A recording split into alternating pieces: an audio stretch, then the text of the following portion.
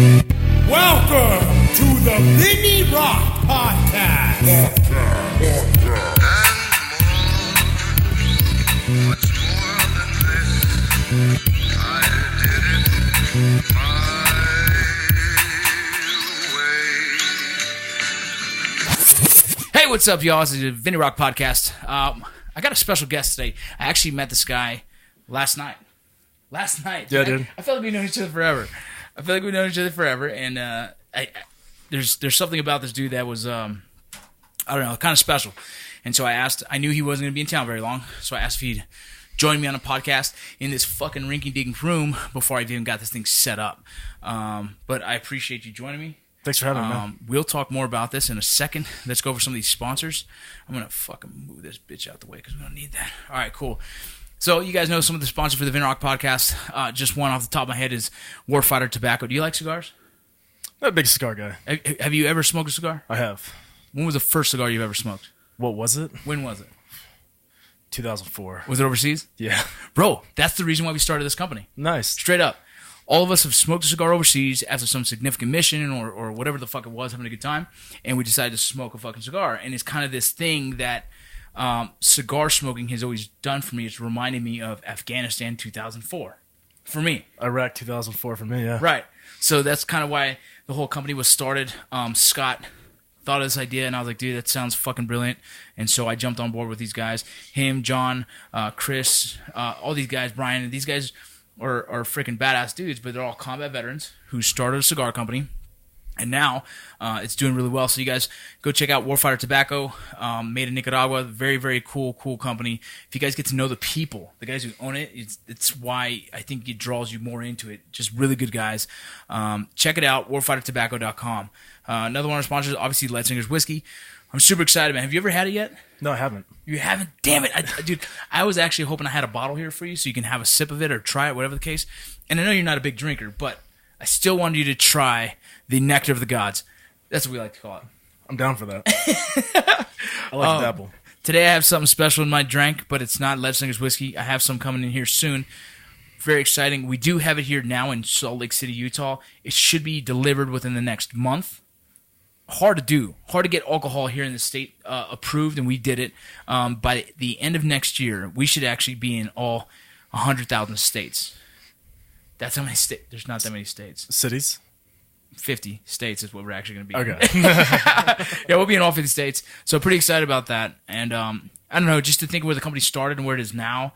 Fucking, dude, Brad Primo, if you know, the guy who runs it is Brad Primo. He's another one of the Article 15 crew guys. He's just kind of taking it leaps and bounds, and so it's really cool. I just want to give him a shout out for Brad for doing your thing, man. We appreciate it over here. We're gonna get this whole building set up one of these days, and I'll actually have a Leadsinger sign is what I'm trying to get, one of those neon signs or some shit. But yeah, that's it. That's what we're trying to do. What other? Beard.com. Oh man, some exciting ass shit is going down with Beard. Well, I'm hoping. Networking, right? We talked about this last night. I networked with this one dude who is kind of the missing piece to the puzzle of what we have. We have Beard.com. I've been doing the marketing, kind of keeping the backside of the marketing, helping as much as I can, really developing the brand and what I'm trying to do with it. I didn't want to necessarily be the face of it too much because it's just not what I'm trying to do. As much as I'm proud of the company, I didn't want to be a face. And so I don't think the company was doing as well as I imagined it should. It's beard.com. That's a fucking money URL, right? Like, you would know that. Like, you've done some internet stuff.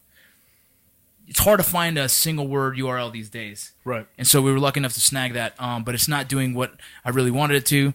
Your voice is deeper than normal. Audio, maybe? I'm not sure. Sorry. See, I get fucked up with this thing, dude. But, yeah.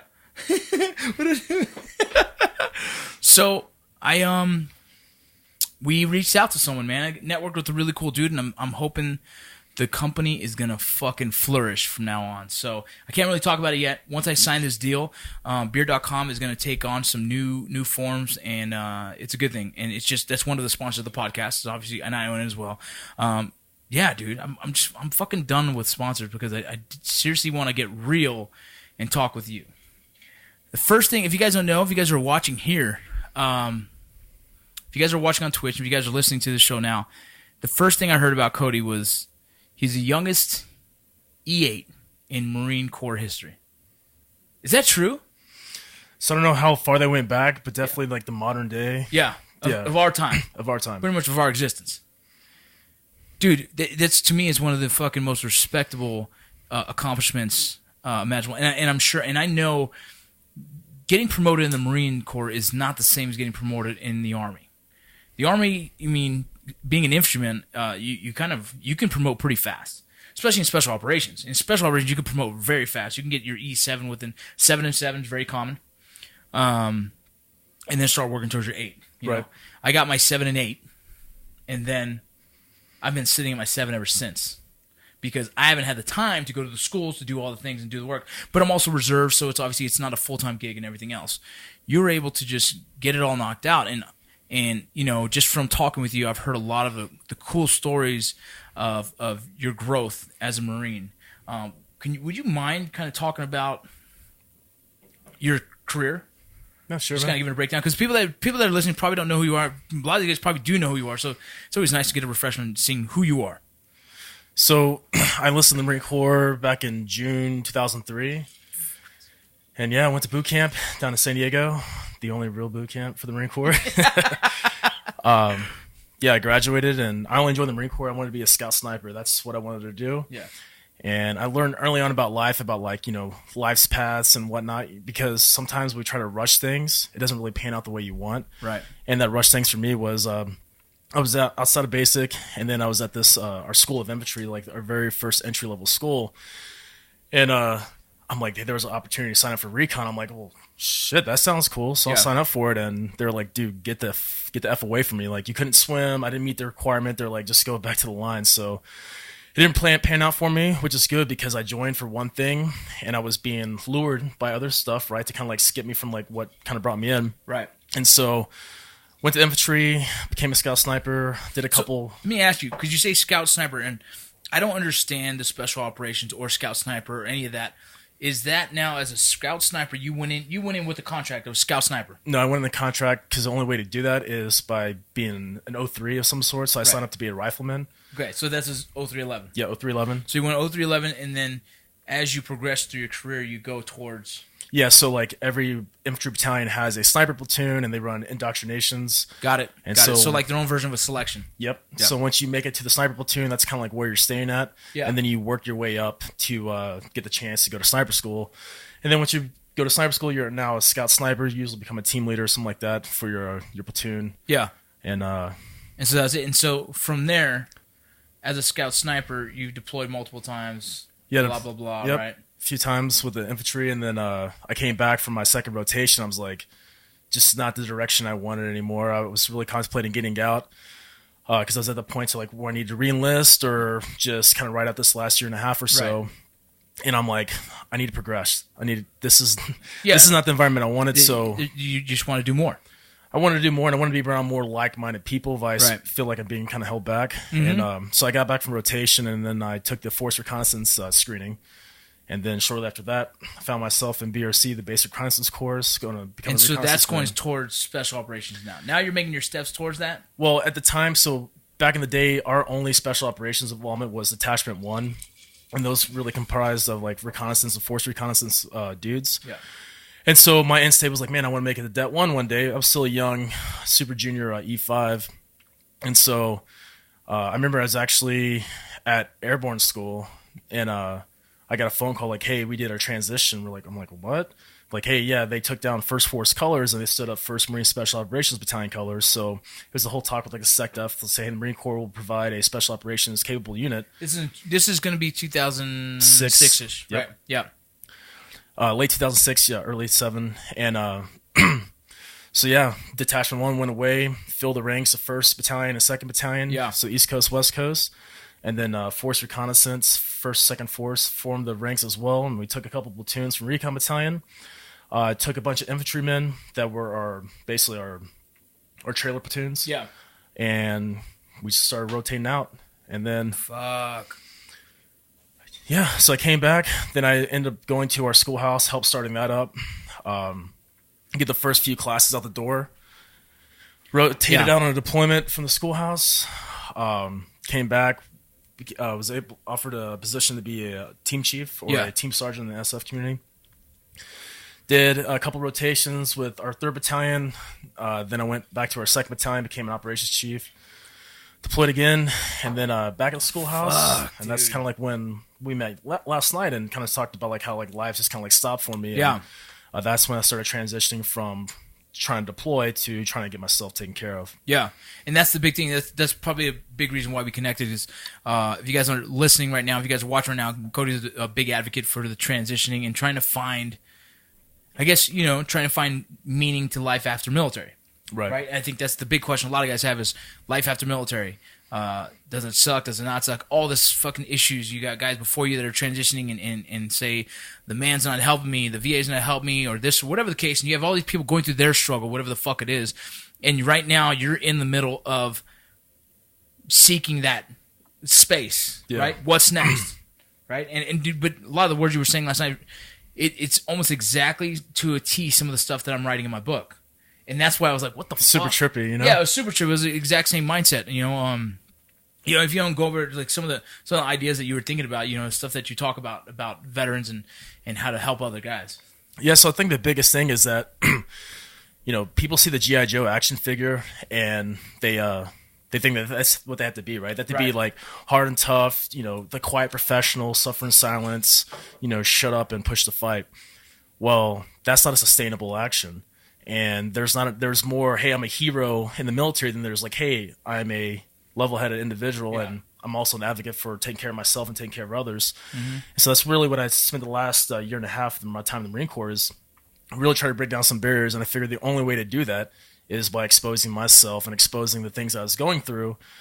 And I found out along that journey, a lot of guys started coming up to me like, hey, man, how did you do that one thing? They do it offline, away from the crowd. But all it takes is one interaction like that. And the weird thing is a lot of dudes heard a bunch of stories about me, so they expected to hear like, yeah, let's go kill everything and like crush things and dude, screw the families, bro. You got to just go to these schools and deploy. And when I was actually doing the 180 of that, like, hey, man, deployments are always going to be there. Schools are always going to be there. But your family is not always going to be there. You're not always going to be there. And so, what's funny? I told you, it's like when you get to know more of my story, you'll understand. Do you know my background at all? Not too much. So I was married for almost 10 years, and honestly, thank God that relationship didn't work out. It was very toxic. It was ugly, but I didn't help the situation either. Right. If I was the same guy as I am now, if I was the same guy then, now my wife would leave me. My wife would leave me, but on better terms. You know what I'm saying? Because I was choosing the mission first. Actually, I do a lot of public speaking. The one thing I talk about is like say yes to family more and say no to work more often. Right? Because of the fact that like I was the guy that said, hey, let's go to Iraq. Yep. Hey, let's go to Range School. Yep. Hey, let's go to BNOC. Yep. Let's go to Leadership School. Yep. Let's go to a fucking school that doesn't mean shit anymore, but let's just fucking do it. Yep. I volunteered for everything. I said no to nothing. Right. But I said no when I come home and I'm tired. My daughter says, let's go to the park. I'm like, no, baby, I'm tired. Do you see what I'm saying? I was so conformed in my head to say yes to work because that's what pays the bills. Like, you're not a Ranger if you say no. You're not a Ranger if you quit. You're not a Ranger, you know what I mean? And I started this mindset that was super toxic because it carried on after the military. You know what I mean? And I kept choosing the mission first, which everyone chooses their path in life. You can do whatever the fuck you want. No one gives a fuck. I don't care. You can choose you, I choose me. But I didn't want to be that guy. I didn't want to be the dude that was like saying yes because it was easier to be away from the family than actually be there, engaged with my kids, helping with homework, fucking trying to communicate with my significant other. It was easier to be gone with the boys drinking beers and fucking having a good time. Right. And so I always chose that. And it wasn't the most mature thing to do, and it was something I had to work through, but I found myself at a point where, and the only time it affected me was the fact that I was losing my kids. It wasn't the relationship. Like, fuck the relationship. Who gives a fuck about that shit? My kids were losing time with me. I realized that me being dad, paying the bills, was fucking... It was enough for them, but it's not what I expected of myself in life. My kids didn't even know who the fuck I was. I was the bill payer. You know what I mean? Right. I was the dude with the money. I had no sustenance to them. I wasn't anything other than that guy, but I wanted to be the guy that taught them how to ride a bike. I wanted to be the guy that taught them how to shoot their first gun. Whatever the case. What I was that to my soldiers. Like, you know what I mean? To my privates, I taught them how to shoot. I taught them combatives. I taught them demolition. I taught them how to enter and clear a room. I was dad for them. Right. Why the fuck wasn't I dad for my own kids, bro? And that fucked me up. And I only fucking realized that when I finally lost the relationship. But that losing that relationship, I lost the ability to be closer to my kids, because obviously I was in Texas, and my ex was in Arizona, and the kids were just doing their thing in Arizona. I never got to see them, and that's where it sunk in. Like, fuck, I was wrong the whole time.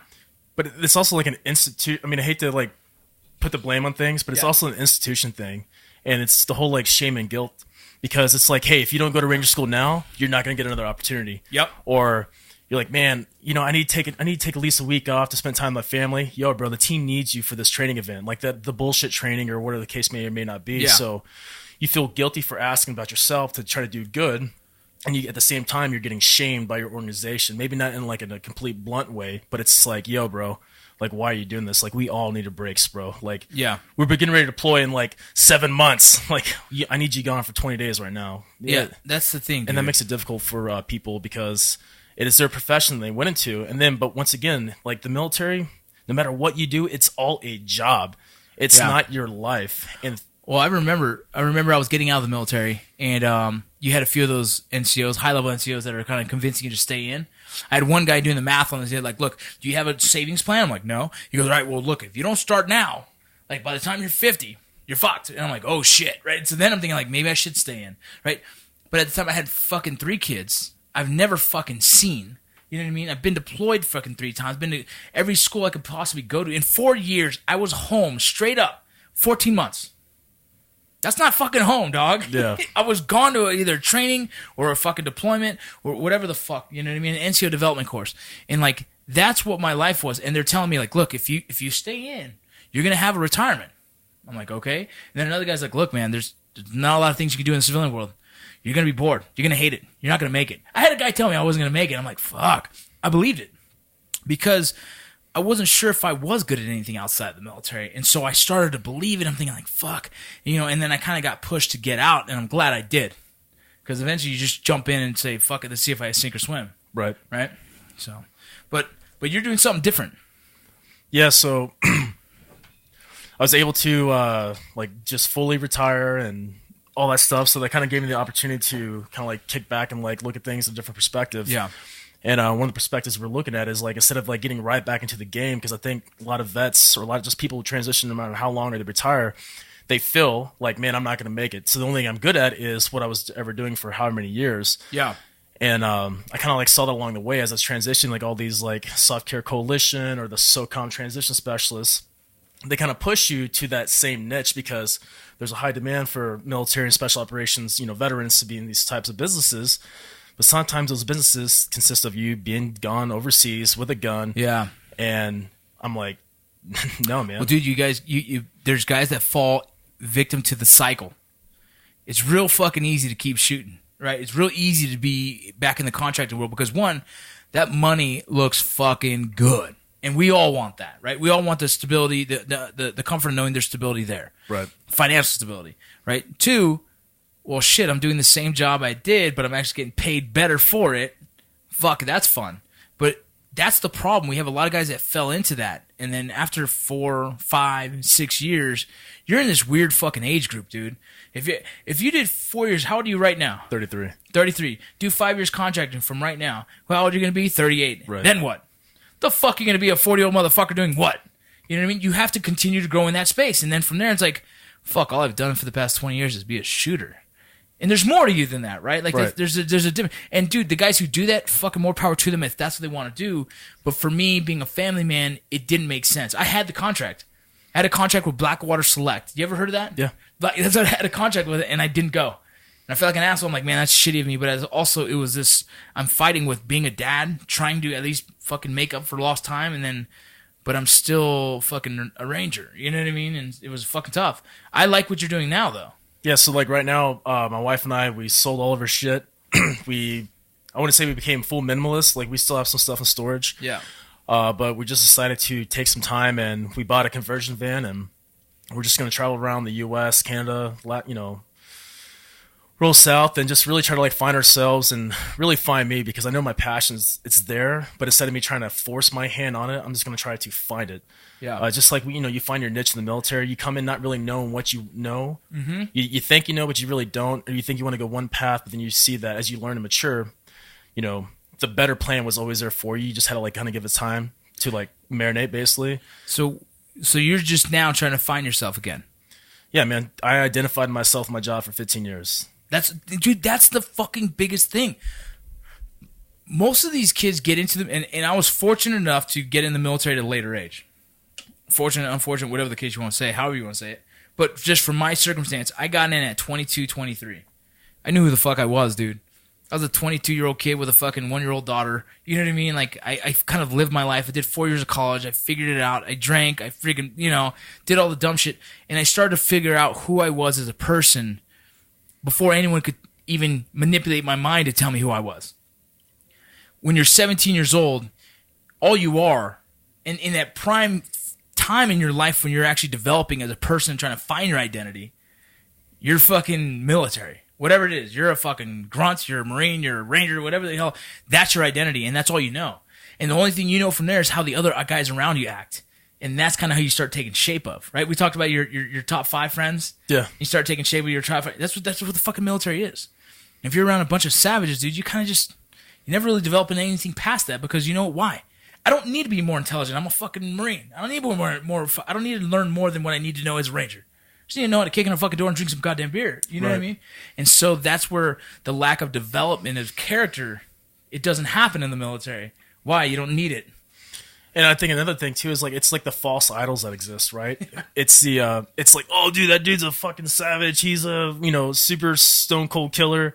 But back at home, he sucks. He's an alcoholic. He doesn't hang out with his family. He's not even a good mentor or leader, but he's good. He's a one-trick pony. Right. And we look past all the other shit that's really important. And to make that dude a better person, we have to like analyze that and work on those things. But those dudes just kind of put that shit off in the back burner. Yeah. That guy's character is judged by just how good he is as a Marine or a soldier, not by what he does outside of the uniform. Right, which before they were ever anything in the military, they were a human being, Well, that's the thing, like, graduating drill sergeant school, it's funny, man. You see guys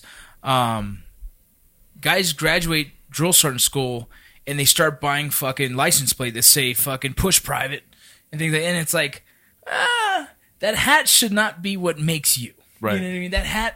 The hat doesn't make you, the badge doesn't make you, the Ranger tab, the Ranger scroll doesn't make the person, The man makes the job doesn't make the man. Right, and for some reason, there's a lot of, I would say weak personalities, I don't even know how to say it, weak characters that I don't know. Easily influence people. Right. Because they're trying to find that niche, trying to get attached to something, be part of something bigger than themselves. We all want to be a part of something bigger than ourselves. Absolutely. And I mean, like right now I have a bunch of friends that actually need a lot of help. Yeah. And they reach certain ranks where they have like all the power in the world. Yeah. No one jacks with them about their haircut. They kind of come in when they want to. They do their job well. And they're like, bro, why do I want to leave this? Like, this is like my ultimate security blanket. But I try to tell guys, like, no matter how good that security blanket is, you can only do that job for 30 years. Right. Only 30 years. And after 30 years, man, like, you got to go. And then what are you going to do? I think that's the hardest part of guys transitioning. The hardest part is them finding their identity. And I can't even explain that to someone. So I have guys message me all the time, like, dude, how did you figure it out? I was like, I honestly don't know if I figured it out. I know that I'm happy right now in my space, in the skin I'm in right now. I'm fucking content. But it took a long time to get here. I've been out since 2007. I've active duty since 2007. Still have my foot in the door in the reserves because I just kind of needed that. But I learned within the past 2 years, 2.5 years, to like let go, focus on my kids and my wife, and everything else will fall into place. And so far, it's falling, right? It's falling into place. What happens when this fucking TV show just kills it and I can't walk down the street? What happens to my character then? Right? Like, I'm nervous about that because I really believe I can stay grounded, but fuck, I say that because I'm fucking still broke. You know what I mean? When I'm rolling in the dough, will I still be grounded? Will I still be sitting here fucking doing things I believe I will. Like, in my head, I want to tell myself, but like, I don't know, man, because I think our identities continually change. And it's based off of experience that you have throughout your life. And if you don't allow yourself to experience, you never grow. You see what I'm saying? Absolutely. So I think the cool thing is that you're traveling with no real reason, just to travel and experience shit. And as you experience, you learn and you grow. Just the one night of us sitting down having fucking drinks and talking, we've learned a lot from each other, but we've grown off of each other. You know what I'm saying? Right. And I think that continues to happen. I think so. So the funny thing is, you were talking about like, man, I think this would be good for a lot of guys. Like, I said the thing like, fuck, I think it's actually great. If I had the chance to take 2 months and say, fuck everything, bills are already going to be paid, let's go travel the fucking world and let me just fucking think. You know, let me figure it out. I think that'd be healthy. Yeah, man. And think about it, right? Think about all the guys that actually do their full retirement, right? Yeah. They retired to get a retirement paycheck, get their disability, all that type of stuff, but then they have to get right back into a job. So even though they stayed in, they never listened to that person that told them, like, hey, do you have your savings plan? You know, nowadays people are like, they just want to work, get all this money, right? Because social media has corrupted everyone's fucking mind. Right. And like, you gotta have all this money. I mean, every soft guy, you do your time, you gotta get out. You know, you got to get a degree because your tattoos, you got to make yourself marketable. Yeah. And you got to go to business school because, you know, people want you. But that might not be what you want. Well, that's what I said last night. I was like, a lot of guys want to get degrees, but what do those actually do for you? I don't know. I wanted a degree too because I thought it'd be cool to tell my kids, hey, I got a degree. But I also didn't want $50K of fucking debt. And that's the thing, like, school's not for everybody, man. Dude, it wasn't for me. I'm dyslexic. Right? I have my mind is like I'm like ADD, you know what I mean? Like all these things, it just doesn't work for me. I was able to find success in my own thing. And that's where it's like I guess you know it's funny. Writing this book it's so funny. This topic is here. I based a lot of my like how did I come to find out now that what I want to do is help others? Because I tried everything else and nothing satisfied me. Nothing satisfied me. The one thing that fucking was like, wait a minute. This feels fucking good, is getting an email from a fucking veteran saying, hey man, you fucking changed my life. That one email was the first fucking spark that lit the fucking flame, dude. You know what I'm saying? That was it. I was like, damn, that felt good. It felt good to know that whatever the fuck I'm doing was inspiring others to do fucking more. Fuck. Well then let me do more. You know what I mean? Dude, and that's like a fucking drug, dude. Some guy just emailed me today from Australia. Right? Never served the military, but has respect for, you know, armed forces just in general. And he saw my YouTube channel. He hit me up on an email, sent me a lengthy email saying, hey, thank you, and I appreciate what you're doing.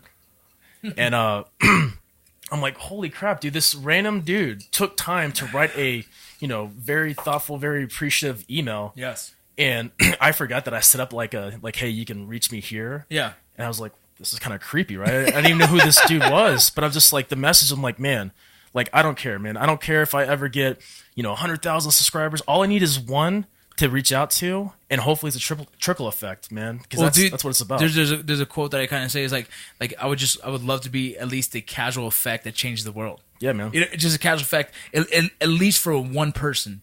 Dude, it's the truth, though. Like, imagine if you've inspired someone to do more in their life, and that one person inspired someone else, and that one person changed the world. Yeah. You don't fucking know, bro. But, like, why the fuck wouldn't I not want to be the guy that tries to do that? You know, we talked about, like, there's toxic mindsets out there. There's negative ideas. There's all these things. Like, social media is the funniest thing, dude. I've talked about this before in a podcast. Like, we share negative shit for more people to see. Instead of, like, don't share it, ignore it, let it die. Let it die just like that, because it'll die, right? Like, if no one shares it, the idea is dead. But we tend to share it, so look how stupid this fucker is. What the fuck? How about fuck that dude, let him die in his fucking misery, fuck his negativity, post some positive ass shit, and let that fucking keep growing. We're in a world right now where good shit doesn't get shares. You know what I mean? Controversial shit gets shares. Yeah. So then you got stupid motherfuckers saying dumb shit just to get shares.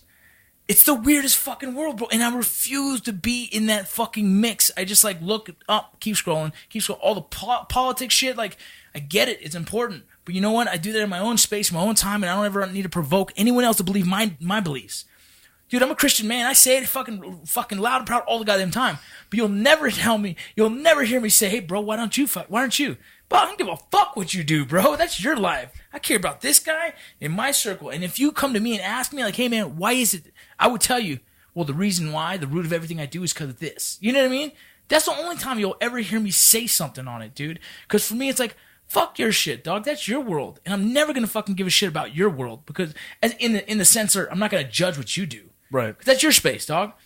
I got to worry about my space, my kids, my circle. That's important to me. But the world is so confused on that. They want to interject on everyone else's opinions. Like, why? Fuck that dude. I have people messaging me like saying shit like, "Hey man, you should do this." I'm like, "What the fuck, dog? You had the audacity to think that you can actually change my fucking train of thought? Fuck you, bro. I don't know you, dude. Let me be me, and allow me to do what I do, and you do you." Keyboard commandos, man. Fuck, dude. Yeah, dude, trust me. And the fighter in me is like, "Hey, motherfucker, come fight me." But it's like, dude, it's the weirdest world we live in right now, man. That there's even veterans who jump on other veterans, who fucking people this and that, and it's like it kills the space. I start almost the community of the veteran community. It's like, man, you get so upset at watching it almost burn itself at the stake, and you're like, what are you doing? You're better than that. You can't hold on to the system believing that just because you were a veteran at one point in your life, that doesn't carry you through the rest of your life. Cody, you're one of the most incredible Marines, and with your resume, that will not carry you fucking tomorrow. You know what I'm saying? And you know that, and I know that, but a lot of guys hold on to we say the Al Bundy of the military. I scored 4 touchdowns in fucking high school, bro. Dog, but what are you doing today? Absolutely. Right? And that's the most important thing, like the most thing I can convey to any fucking veteran. Like, I don't care if you were fucking triple tab, quadruple tab, fucking all this. What are you doing right now? And how are you affecting the world in a positive manner? Because if you're not, well then to me, fuck off, dude. Like, what the fuck off? Right? Absolutely, dude. And that's one thing I used to piss off my wife a lot. I used to get so excited when I'm like, man, on this one deployment, it was so legit. Or, man, OP, that one dude, he was super crazy. And then I'm just like, she's like, you're only happy when you talk about the things you did. She's like, the things you were. She's like, that's not who you are. It's things you did. Right. And I'm like, shit, she's right. Yeah. And I think the biggest thing to help me kind of like jumpstart that next level was I sold all my military gear. Like, I sold it all. So you were essentially just closing that chapter. I had to. Right. Because if not, I was just going to put it off. And I was always going to resort back to it. And just look at it and dwell, feel sorry for myself, wish I stayed in. I feel like a cop-out. But it's just like... Dude, instead of like, you just jumped off the cliff and said, fuck it, I'm going all in. And you have to, though. But you think about it, right? So just like... I try to tell people, even when it comes to like, so like on a mission prep, right? You don't just like, hey, we need to go to this compound. All right, guys, get in the trucks, get in the birds, we're rolling. Yeah. Dude, there's an SOP in how we do it, right? We spend time, we do methodical planning, we do mission planning. But when dudes get out, they kick all that shit to the side and they're like, you know what?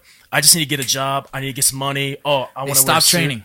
I want a beard. I want a fucking gun. And I want to finally cut off my sleeves on my uniform because I can now because I'm a civilian.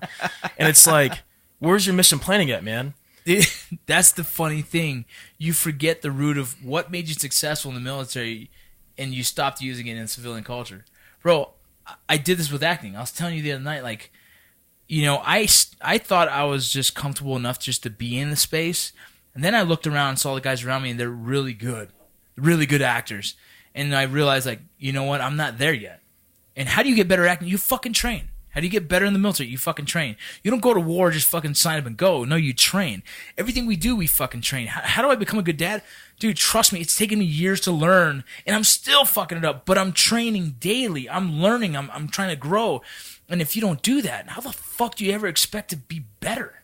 And that's the thing. Guys get out of the military, and they stop training. They stop preparing. They stop doing the basic things that made you successful in the military. You never just you recon the objective before you go into the objective. You fucking talked about the mission planning. Who's going to assault first? Who's going to be fucking outside perimeter? Whatever the case, there was a plan of action. And if you don't have that plan of action when you get out, what the fuck are you doing? Right. You lived by that shit, and now you gave it up, and now you're expecting that it's just going to fucking fall into your goddamn lap? Bullshit. Yep. And it's super sad because I think there's so many people that have the same story, right? But... it really just takes it's the scariest thing to do is invest in yourself. Like, you weren't scared when you're in the service, like, man, I got to go to Ranger School, or for me, you know, recon school or MARSOC, whatever. You know, like, it's scary, but you had to invest in yourself. You had to train for it. You had to, like, mentally prepare. And then when you went to it, you had to give it all. Yes. So how's that different? Right. And that's why I call the false idols, man, because the false idol is a one-trick pony. You have to be a multi-dimensional, like, operator, but a multi-dimensional human being, because that's what made you successful as a person. Right. That's what helped you be successful, you know, as a service member. But when you come back out of that loop, man, there's nothing different. Right. It's the same shit. And so I think a lot of things, too, is like a lot of guys talk. Yeah. Not a lot of guys action. Uh-huh. And what I'm definitely trying to do is stick to my own plan, man. Like, plan the dive the plan. And because there's plenty of times I just want to jump right back into it. I asked my wife yesterday, I'm like, hey, can we just move here? And she's like, yeah, but we're going to travel first. I'm like, yeah. Okay. No, dude, and that's good. Yeah. If you would have said that, we would have said, fuck you, dude. Get the fuck out of here. Because you're doing what I wish I had. And you're doing what a lot of veterans need to do. Take the fucking time out, bro.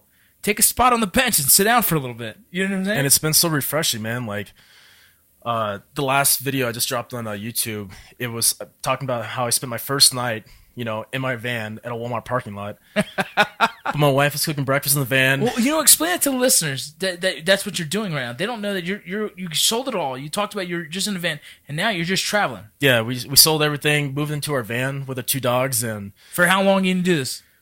So we figured out, man. Instead of trying to force my calling, I'm trying to find my calling.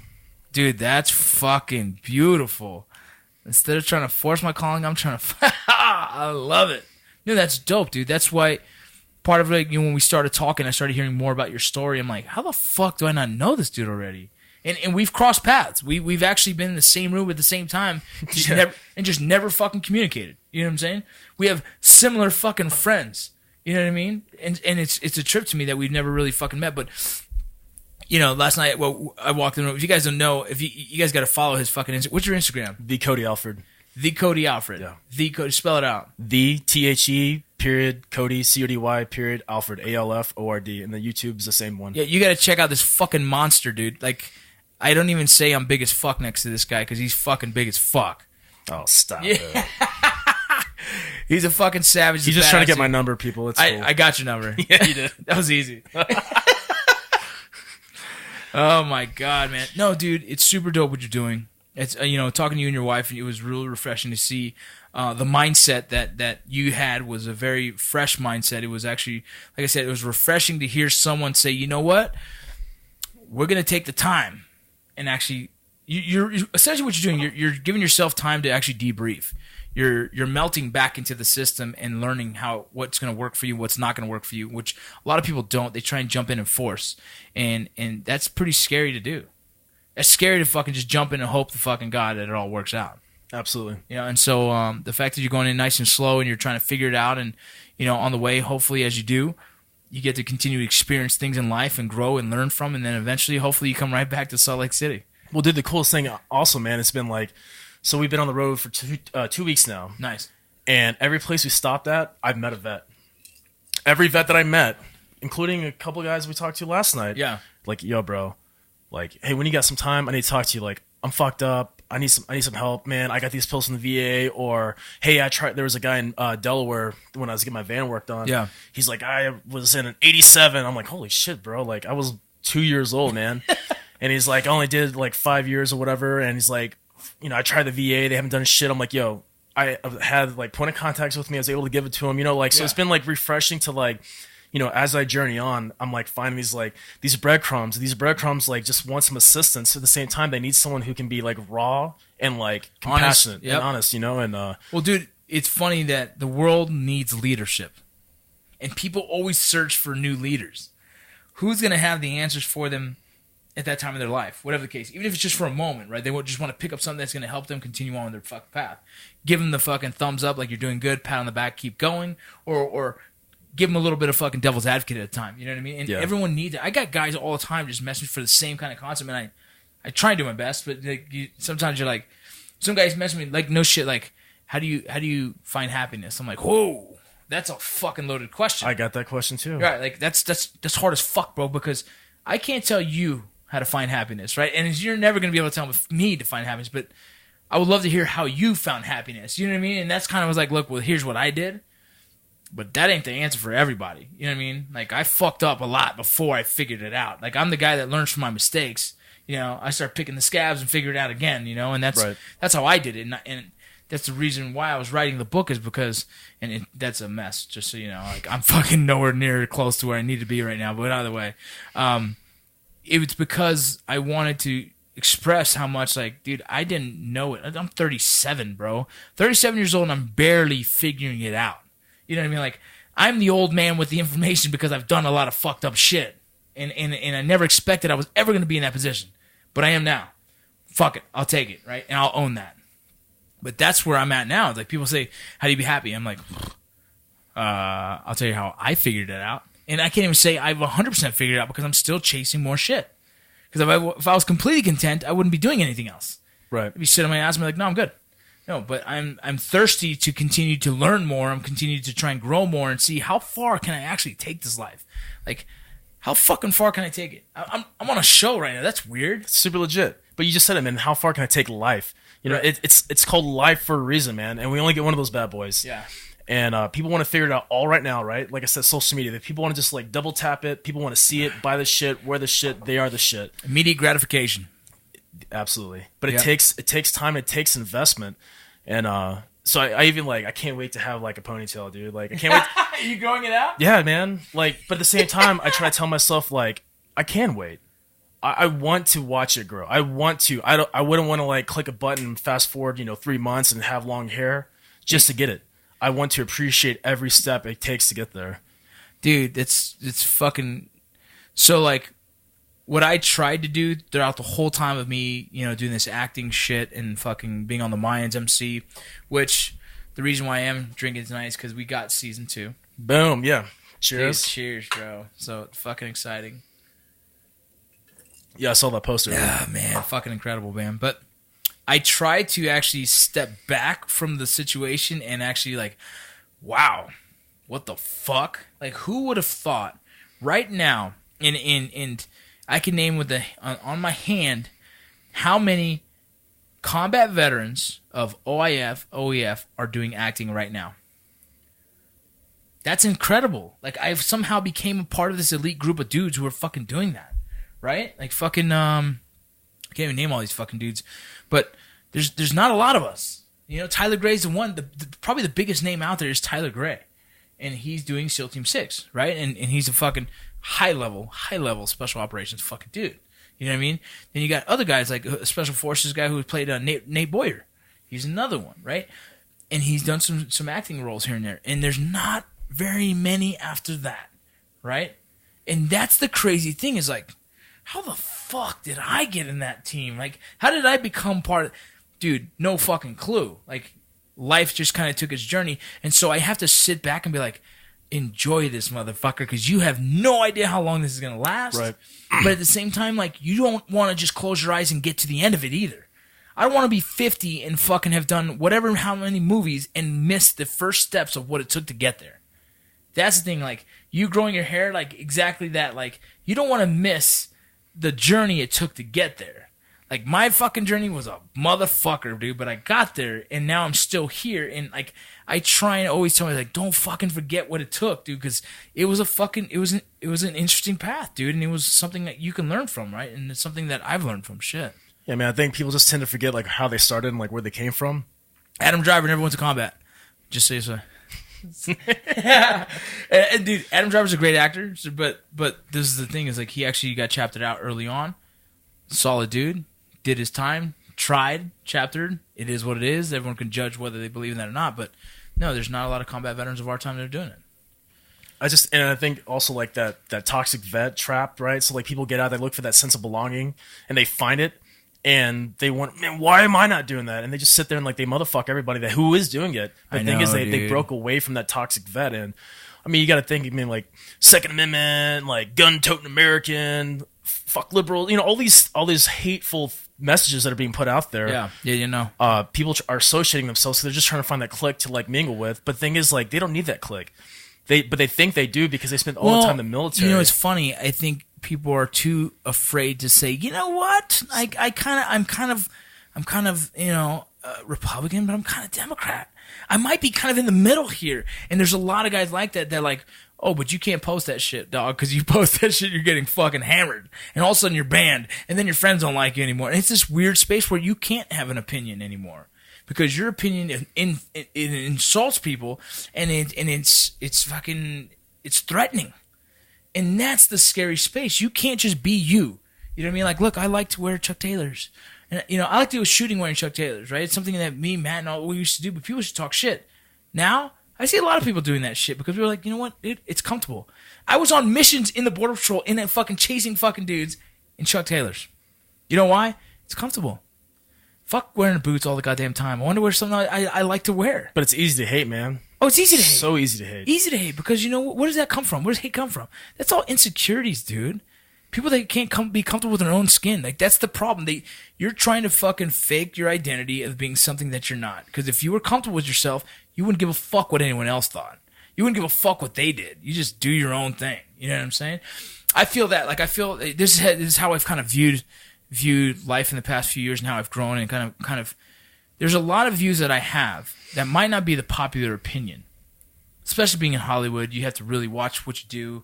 You don't want to burn your bridge too soon. All these little things. And that's fine. I can play the game, and you know what? I don't need to enforce my opinion on anyone. It's just not who I am. But in the end, if I continue to climb up the ladder, I climb up the ladder of success, right? If I grow my social media and become a bigger voice in the veteran community, if I do all this by being genuine, by being real, I believe the followers that follow me will have a deeper connection with who I am, and will be easier influenced. I'm saying, or not even. And I say, and it sounds really bad saying that, but they will understand my message and receive it better if I'm just completely honest this whole time. And they'll be able to form their own opinion, right? Exactly, and figure out how they want to action that. Exactly, because my whole life has always been like, look, if you follow me, like, I don't care what your opinions are. That's fine. Do your thing. I do my thing. You know what I mean? But I'm not going to change who I am because you don't like who I am. Like, there's people like, you shouldn't film your kids if they don't like it. And like, those are my fucking kids. I do whatever the fuck I want. That's how I feel. You know what I mean? Like, and when you have your kids, you do whatever the fuck you feel. But this is my life. You know what I mean? And I'm going to continue to try and inspire, motivate, and entertain. And hopefully, 2 years, 3 years, 10 years, 20 years down the road, Tim Kennedy is definitely another one. Sorry, Tim Kennedy is definitely another one of those veterans. He's a fucking stud. But hopefully 20 years down the road, I'm in a position where I have a lot of people understanding where my views come from. Not, you know what I mean? Like, look, here's my view. Whether you like guns or you don't, but here's my view. And why do you understand my view? Because you know who I am and where I come from. You can't tell me, no one who knows me, no one who doesn't know me, when they get to know me and know my background is over 15 years military and law enforcement, they're going to be like, okay, he's going to like guns. That was his life. Yes, it's my life. I had to. It was by nature. I knew how to train and shoot and blah, blah, blah, blah, blah. So when you see me post something with a gun, you're like, oh, yeah, that's him. That's his character. And that's okay, because that's him. You know what I mean? And a buddy who decides to do whatever is like, oh, yeah, that's him. He grew up on the beach. He likes to surf. Cool, that's him. You know what I mean? Right. But instead of having this anger towards everyone and trying to voice your own opinion on someone else's life, to me it's like, dude, get your own life. You won't be so worried about my life if you're you know what I mean? Absolutely. You don't have to pose in my shit. Let me do me, and you do you. And whoever's going to hopefully inspire more down the road, you feel better about yourself down the road. I don't know. I guess that's me. Like I feel better about what I do for a living as I receive messages saying I've inspired. I'm like, okay, I feel like I'm going in the right path. I can die saying I'm good with that because I've helped more. Right. In my head. You know what I mean? Absolutely. It's like you said, it's I guess like a drug, right? It's like that rush, man, to like, because anyone would be like, I'm a badass. Oh, cool, I got some likes. But like, yo, man, it's like, think about the bigger picture in life. And all those messages that come in, it's just like, I show my wife, and she gets tired of like seeing this shit. Yeah, mine did. But it's like, I'm proud of like, man, dude, this dude said he lost 50 pounds because he saw me do this one thing, or he said, you know what, your message motivated me to get off my fat ass and do something, or your message motivated me to get my VA claim finally done. And I'm like, that's it, man, because that's my true north. I've always cared about others than myself. I've always put myself on the back burner, right? And now I'm taking that flip side approach where I'm trying to take care of myself, but along the way, I'm going to be guilty by association and still try to take care and help out as many people as I can, because that is just, when I analyze my life and break down how I was successful in the military, I never faulted at that. I never faulted for like sticking up for other people, being the voice, being a leader, because it's not being a leader now, like leadership and mentorship, I think we have completely lacked, at least in my previous command and at least in the military, because those are like horrible terms. We have done so much suffer in silence and quiet professional. Like, newsflash, homie, you can't just like, hey, good truck, drive forever. No, you have to stop, say, damn, I love this truck. I got to put gas in it. I got to change the oil. People are the same way. People actually need that attaboy every now and then. People need to know where they stand in life. Dude. If I was just like, yo, bro, so they say, the fuck up. They say, you know, the time of being a leader and being a tyrant is over. I can't, and I do this. I'm actually writing a second book later on about raising kids and leadership. Okay. And it's so similar. It's so similar. I've talked about it several times. But think about this. Like, if I'm raising my kids and I fucking if I'm a tyrant, they're going to hate me. Are they going to throw the trash? Fuck yes, they will, because they don't want to get their ass beat. You know what I'm saying? But they will fucking hate me as it gets older. Now, if my kid just loves me, respects me, I treat him good, and I explain to him, like, listen, you need to throw the trash, son, because I'm teaching you discipline. I'm teaching you manners. I'm also teaching you responsibility, and this is important in life because you're going to need this in the future. If I took the time to explain that to him, and he goes, you know what, Dad, you're right. I'll throw the trash. That right there, this fucking kid will go through walls for me because he knows I'm not leading him into fucking bullshit push-ups just because I can, but maybe because I'm teaching him to be a stronger man. You see what I'm saying? And that is leadership now, what it needs to be. And that's also what parenting needs to be. I have a 16-year-old daughter. You don't think it's a weird time right now? I know what I did at 16. You know what I'm saying? Right. And so it's this phase where I have to let go as dad and also still be the mentor. And that's what it is. It's mentorship. It's not leadership anymore. It's mentorship. I need to raise you. And I just show you from my mistakes. And hopefully you don't make the same mistakes. And also tell you why. And be honest with every fucking assessment. Like, listen, mama, this is what boys want. They only want sex. Why? Because you have nothing they really need. You don't have money. You know what I mean? You don't have a job. You don't have anything, but your body is really what the chase is. But you know what? Boys at that age, that's how they all think. And it is what it is, right? Like, right. It is what it is. We all go through these phases in this kind of time. And so it's like, be smart enough not to be dumb enough right. to be a victim to that. You know what I'm saying?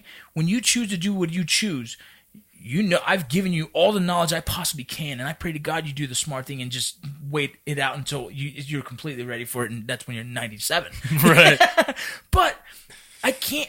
Who am I not to give the knowledge and understanding and explanation of what it is to grow up to be a woman, to be in society, to knowing the gravity of what happens when you lay down with someone, all these things, dude. And I'm talking like I'm talking to her, right? Like, you know what I mean? Yes, Daddy. Yeah, exactly. But you know what I'm saying? It's like, if I'm the dad that won't have the conversation with my daughter, am I fucking being a parent? Am I mentoring my kid to do good, or am I at least guiding him in the right direction? Fuck no, dude. You have to give them the truth, the honest truth, and that's the same in combat. I've told my soldiers, like straight up, there's probably gonna be a firefight tonight. Like, I'm hearing the calls on the radio, and like, get ready. I used to say this: keep your mind right. Keep your mind right. And get your shit, meaning get your shit together, because this is what we do for a living. We walk up to a mission, we hear they're in a fucking fighting position, and we fucking engage. You're about to work for your paycheck. Right. But if I was the guy that said, don't worry about it, man, just do what I tell you to do. Fuck you, dude. Yeah. Fuck you. There's no fucking trust in that shit, man. So the time of being a tyrant leadership is fucking dead. And I think that's the biggest problem with, I'm not trying to dog the military, but that is the old breed of military people, right? Like the ones that are still strapped hanging there, like they're 25 to 30 in the service still.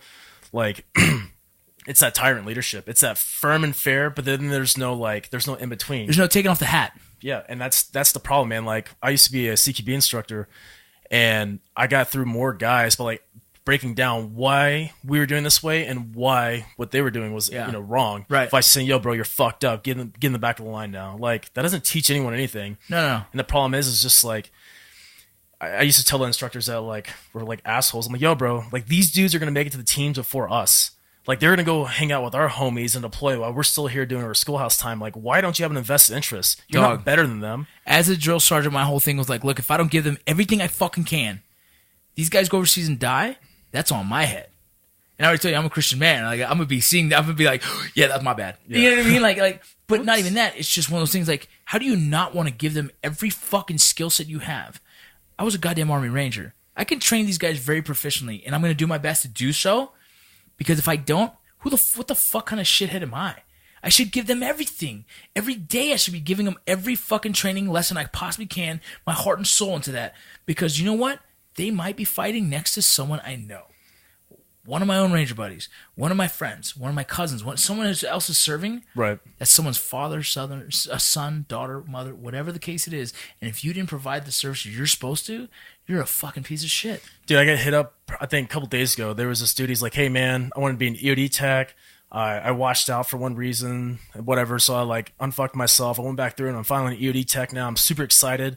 He's like, but I want to learn more, and my senior leadership, they're just like content on where they're at. He's like, how do I, or what do you recommend to like get them to like interact with me more and teach me more? And I read that, I was like, I was fucking sad, man. Yeah. Like, and we wonder why. And that's the same guy, not the guy that's asking for the assistance, but the guy who's sitting on his ass like, yo, bro, fucking figure it out yourself. That guy that said that, he's the same dude that's going to get out and be like, I'm a vet, you fucking owe me. And it's going to go back to more of that bro vet type of shit, that toxicity. For sure. But that's exactly. But it's so fucked up, man. Like, we all have these internal fires, right? These internal flames. Yeah. And when some dude's trying to like spark his shit even more, like there's just so many people trying to suck the oxygen away from him, man, and like put his flame out. And it's just so sad. And you know, the military might actually, you know, end up missing that guy. You know, that guy might actually get out and be like, you know, fuck this dude. Like, I'm gonna go find value somewhere else, because what I thought, right, all these false idols, all these like titans amongst men that I thought I was actually gonna be part of, I realized that they're just pieces of shit. And it's sad because, once again, serving your country is just a job. It's not a lifestyle. It's just a job. And when you get out, you got to face that reality, man. And, you know, we're training, you know, the military should be training better citizens, right? Creating a better America. And when you get out with so much hate in your heart, dude, it's like, what are you doing? But yet you're going to be the guy that like motherfucks everybody else and like hates people for trying to better themselves. There's only the few that have the similar belief system as you, and those few don't have the voice to project it loud enough yet, right?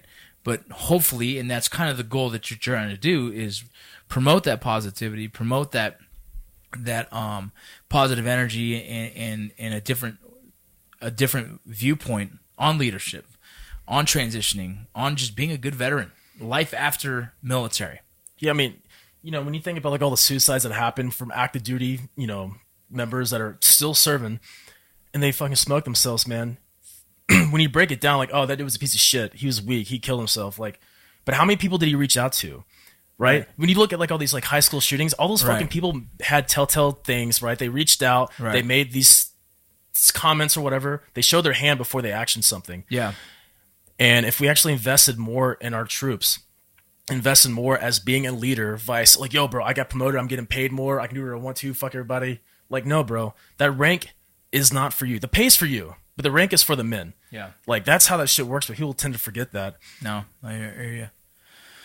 Well, dude, we're coming close to the end of it right here. Dude, honestly, we're going to have a round 2 when you're done with your travels. Yeah, man. I would love to see where this goes. And like I said, you're one of those guys that now you're in the circle, dude. You know what I'm saying? Anything you need, you know, hit me up. I love what you preach.